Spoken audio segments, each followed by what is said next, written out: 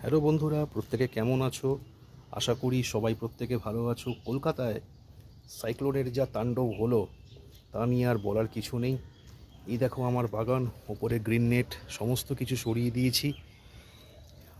সাইক্লোনের পরে আপাতত বাগানটার পুরো ভিডিও তোমাদেরকে দেখাচ্ছি।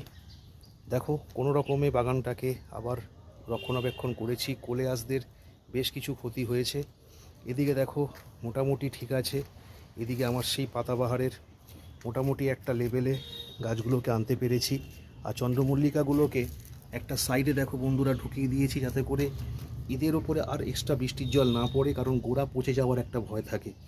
তোমরা অবশ্যই বাগানকে রক্ষা করো, এবং সাইক্লোনের পরে আশা করি আর কোনো ভয় নেই এবং সব কিছু মোটামুটি ঠিক আছে। এখন বাগানটাকে সম্পূর্ণভাবে রক্ষণাবেক্ষণ করতে পেরেছি। চ্যানেলটাকে অবশ্যই সাবস্ক্রাইব করবে।